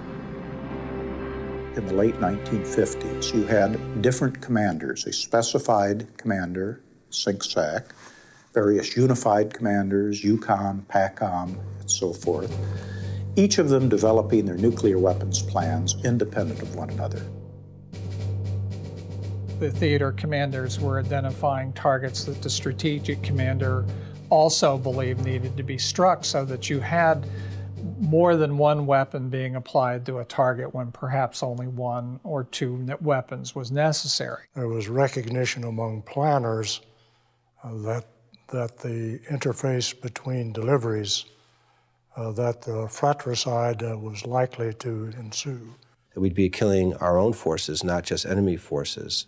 And yet the Air Force and the Navy did not have a capability to disengage their different war plans. Eisenhower referred to the lack of integration as a monstrosity. In 1958, General Nathan Twining, Chairman Joint Chiefs of Staff, had proposed improving the nuclear planning process with a joint unified command. Admiral Arleigh Burke, Chief of Naval Operations, vigorously opposed the idea and feared losing control of the Navy's Polaris. General Twining was certainly well aware that to have an effective integrated plan, that he was going to have to make the Navy comfortable with this process. Twining earlier had pushed for some kind of a structured, coherent planning process. The compromise, if you will, was that each of the forces would control their own delivery systems, but that targeting had to be combined in a joint staff. On August 11, 1960, Eisenhower formally approved the proposal for the formation of the Joint Strategic Target Planning Staff, the JSTPS, envisioned by General Twining. The decision was taken late in the Eisenhower administration to create this new body out in Omaha, Joint Strategic Target Planning Staff. The first thing that the Joint Strategic Target Planning Staff was going to do was put together a single integrated operational plan. Single integrated operational plan identifies targets it allocates weapons to the targets, and it decides on how those weapons are delivered to those targets. The PSYOP is based upon the written guidance that begins with the President and is refined by the Secretary of Defense and then further elaborated upon by the Joint Staff. This is an extraordinarily elaborate undertaking, and PSYOP 62 was the first attempt to do that in a very compressed time frame. It was an inflexible plan in the sense that it didn't have a lot of options built into it. PSYOP 62 appeared to have a number of options. I believe it was 14, but there was no difference. All it was how generated the forces were. So as more forces became generated, you had what looked like a different option. Each option included all countries in the Sino-Soviet bloc, giving the president virtually no capability to differentiate. Eisenhower himself began to doubt the wisdom of having only large-scale nuclear attack options. Eisenhower's science advisor went out and took a look at PSYOP 62 when it was being put together and came back and said it's too inflexible. And I think Eisenhower would have agreed in that. I think it's fair to say that when Kennedy came into office, he and many of his senior civilian advisors were quite shocked to find the kind of war plans that they had inherited from the Eisenhower administration. Indeed, Kennedy was given a memorandum in July 1961 from McGeorge Bundy that said, in essence, the current plan calls for shooting off everything we have in one shot, and it is so constructed as to make any more flexible course very difficult. The history, again, of nuclear weapons has been the ever-elusive effort to give the President of the United States flexibility in a choice about what attack options, what uses of nuclear weapons he could choose in a crisis. The significance of the relationship between the civilian policy leadership and the military personnel who implemented that policy into the PSYOP is perhaps the most significant story of the period from 1960 to 1990. Cold War tensions in West Berlin would launch a search for flexible nuclear options by a new administration. A search that would tap many of the strategic theories about nuclear war which had been percolating at Rand throughout the 1950s. I think the most serious indictment that I have for this administration is that the relative power of the United States has declined in comparison to the Sino-Soviet bloc. This administration has not met its responsibilities either at home or abroad. Our task is to rebuild our strength.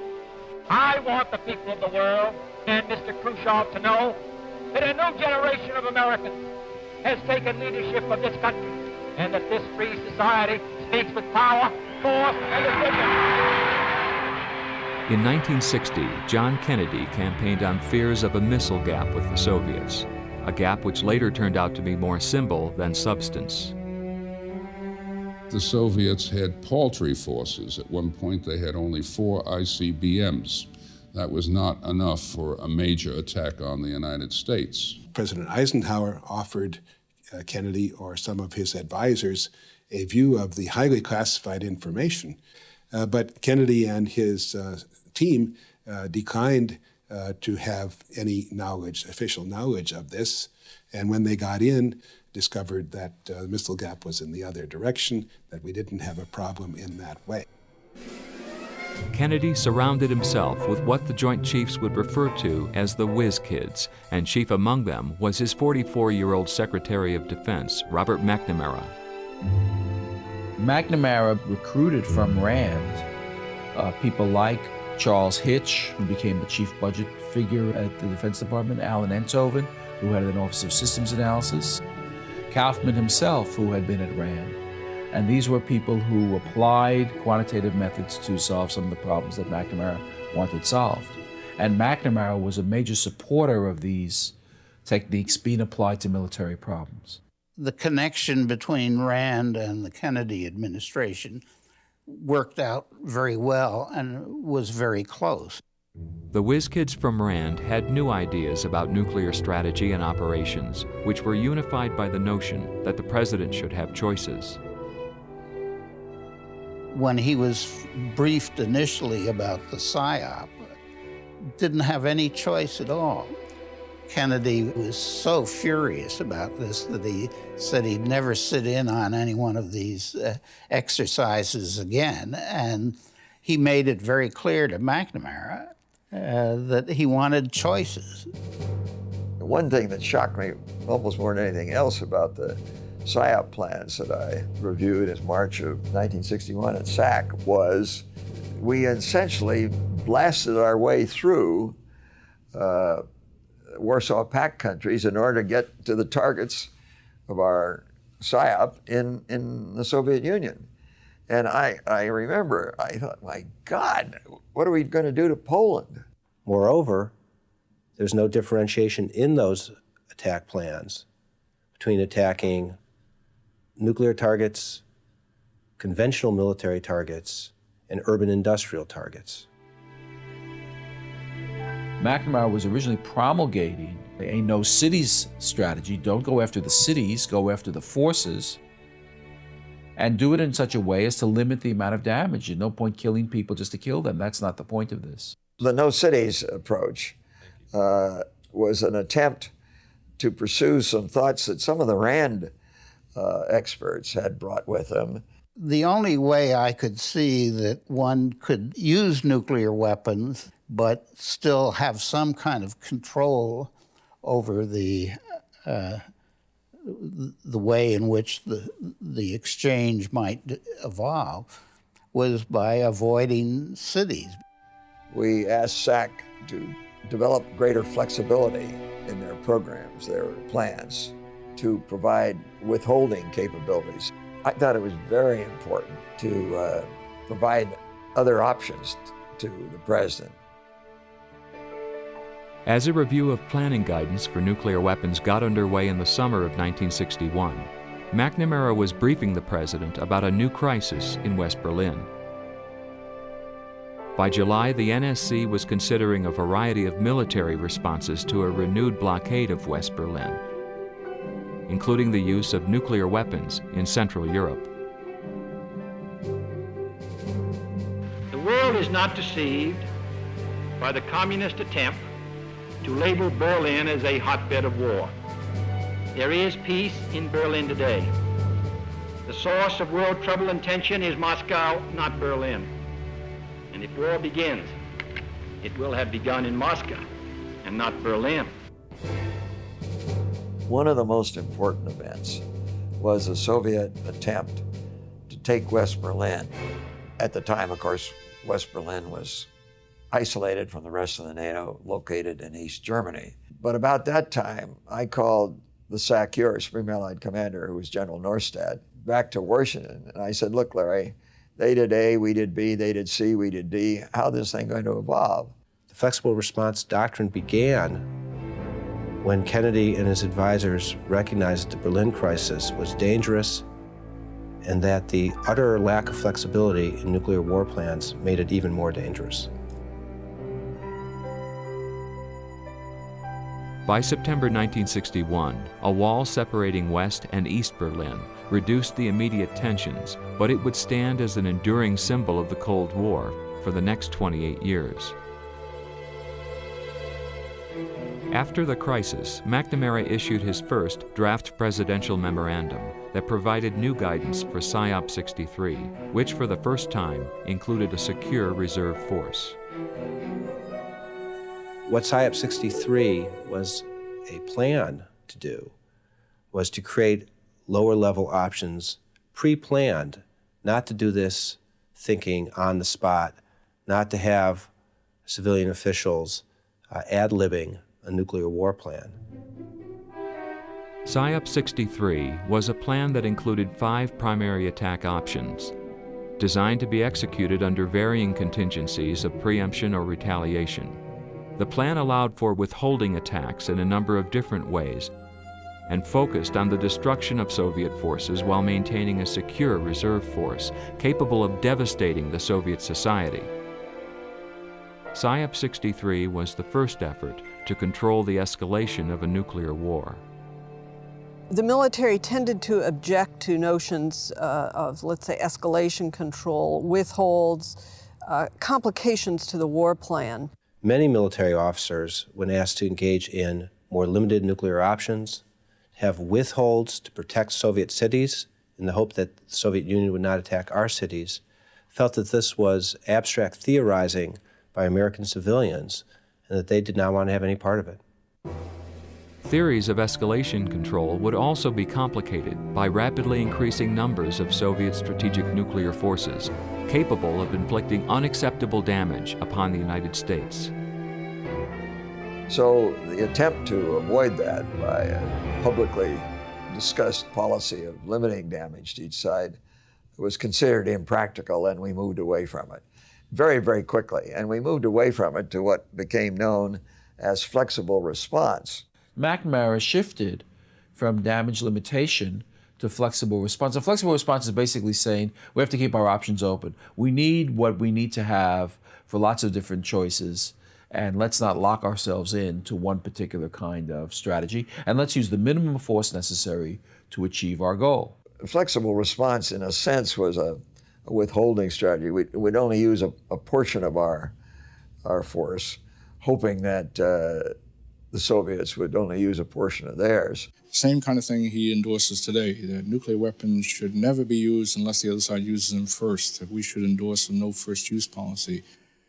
The West European allies we had didn't like that at all. And the Europeans said, well, you're going to fight a conventional war here and destroy Western Europe with non-nuclear munitions, or we are going to be overrun. That does not sound like a very good deterrent. The Europeans preferred to have at least the public discussion emphasizing nuclear weapons. And NATO policy, in effect, would be supported by increasing the numbers of both strategic nuclear weapons and tactical nuclear weapons. Today we have a flexible fighting team ready to deal with any threat, whether it be large or small. We are superior to the communists in nuclear power, and we intend to stay that way. Indeed, there were 7,000 tactical nuclear weapons in Western Europe. McNamara introduced those weapons as a way to reassure the Europeans that he was prepared to use nuclear weapons. I'm not sure that he would ever have used them. That was not his nature, but it was part of a symbol of American support. Despite my belief, and it was shared by the President Kennedy, that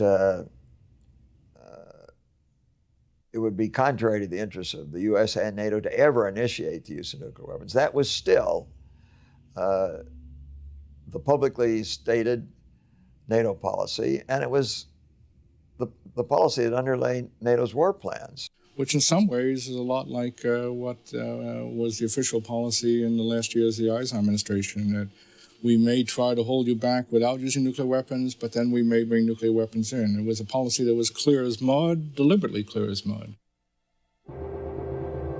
In the General Assembly, a vitriolic attack on a Philippine delegate who spoke of Soviet domination of Eastern Europe. Khrushchev falls to personal insult.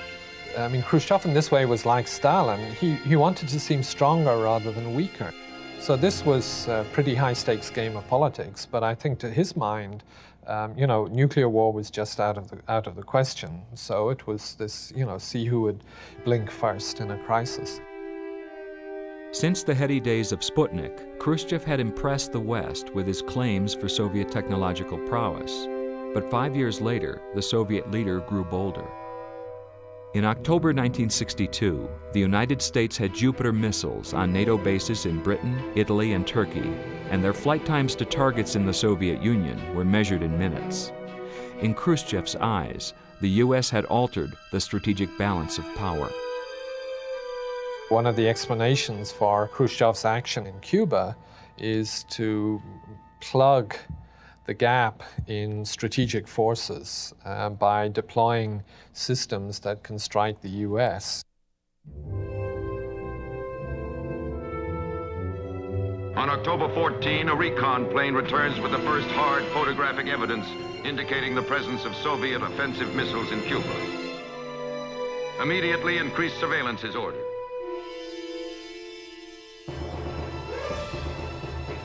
The discovery of Soviet missiles in Cuba tested U.S. strategic nuclear policy at a time when it possessed an overwhelming nuclear superiority at a ratio of nearly 17 to 1. Yet the execution of pre-planned nuclear options contained in PSYOP 63 was only remotely considered within ExComm, the executive committee established by Kennedy to deal with the crisis. I agreed we had to get them out because they'd been introduced under the cloak of deceit. But I stated, we should be clear on one thing. They did not change the military balance. While all agreed that action was necessary, there was no consensus about the impact of the missiles in Cuba upon the strategic balance.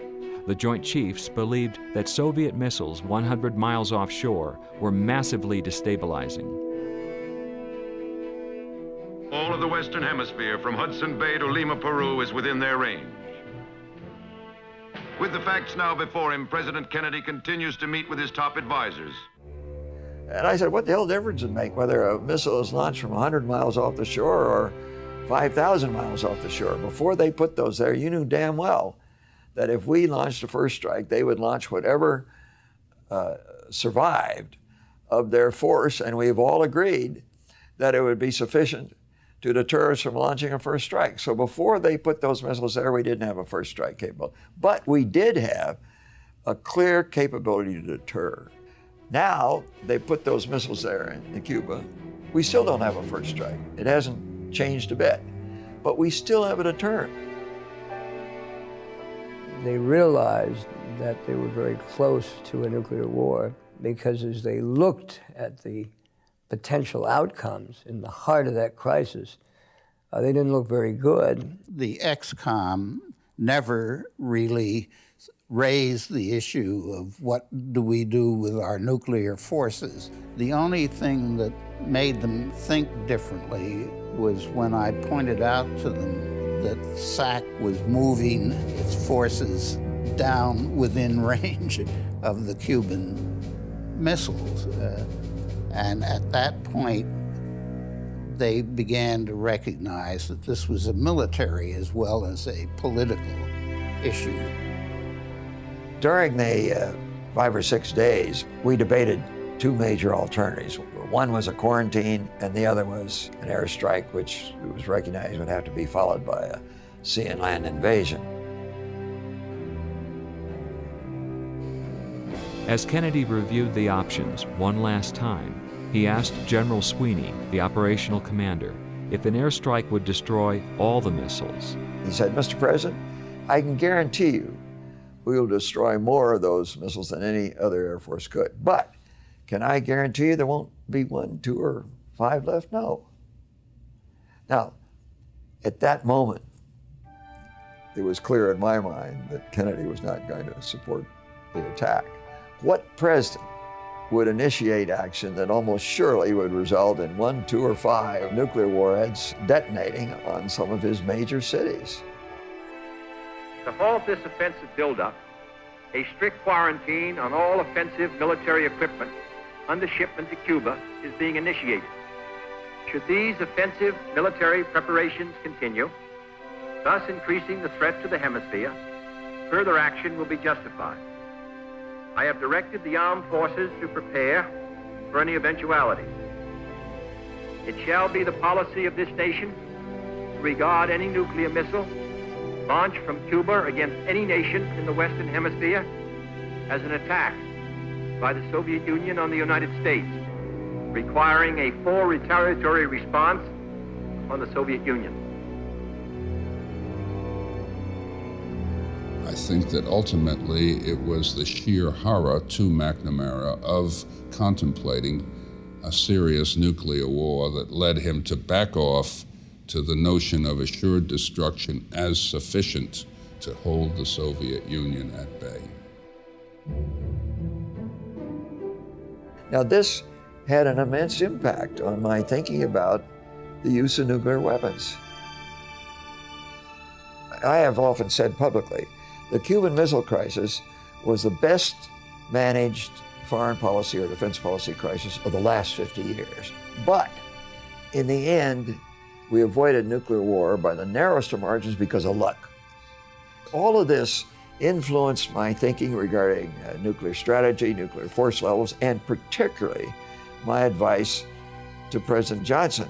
So later on, McNamara began to stress the ultimate deterrent, the assured destruction capability, as not just the minimum deterrent, but as the essence of deterrence, because he wanted that to be a constraining force. After absorbing a Soviet first strike, a U.S. capability of destroying 25 to 30% of their population and 50% of their industrial and military capability. Then the technical people said 400 megaton weapons on Russian cities and industrial capacity would do the job. So that from then on was the design goal for building forces, to have 400 weapons assured of delivery despite their destruction before launch, despite their possible attrition in going through defenses.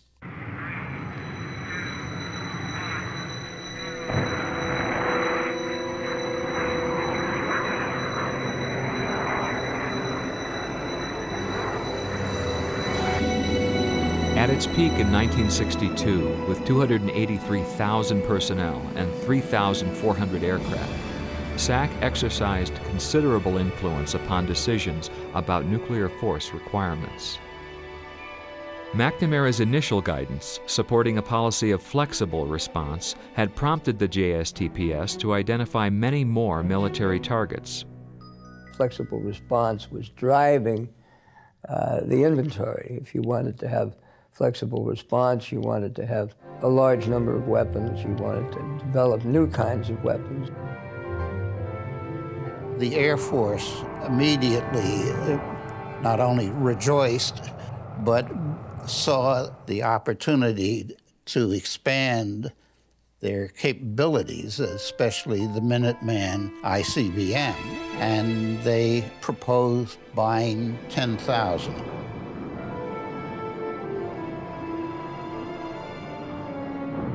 McNamara increasingly, during his tenure in the Pentagon, became consumed with trying to put a lid on the nuclear forces. For McNamara, assured destruction became a rationale for sizing retaliatory forces of the PSYOP, as well as a declaratory policy of deterrence. McNamara believed that he would be deterred by the threat of massive retaliation, and he assumed that the Russians would feel the same. But I think that was a grave misunderstanding of how the Soviet leaders thought about nuclear weapons, and especially about the way in which the military thought about nuclear weapons, which was in terms of fighting a war, and, because that was, in a way, their mission. They tend to be very tough-minded about these things. They're always interested in much more force than they might ever need. They're very conservative that way. That's their whole history. And I think that there was a substantial period of time when the Soviet Union built strategic forces for reasons that had to do with internal Soviet politics and internal resource allocations. Nuclear theory and nuclear strategy has made a lot of difference in the way we pointed weapons, but it has not made nearly as much difference as we like to claim in how many weapons we had. And I believe that is almost certainly true for the Soviet Union.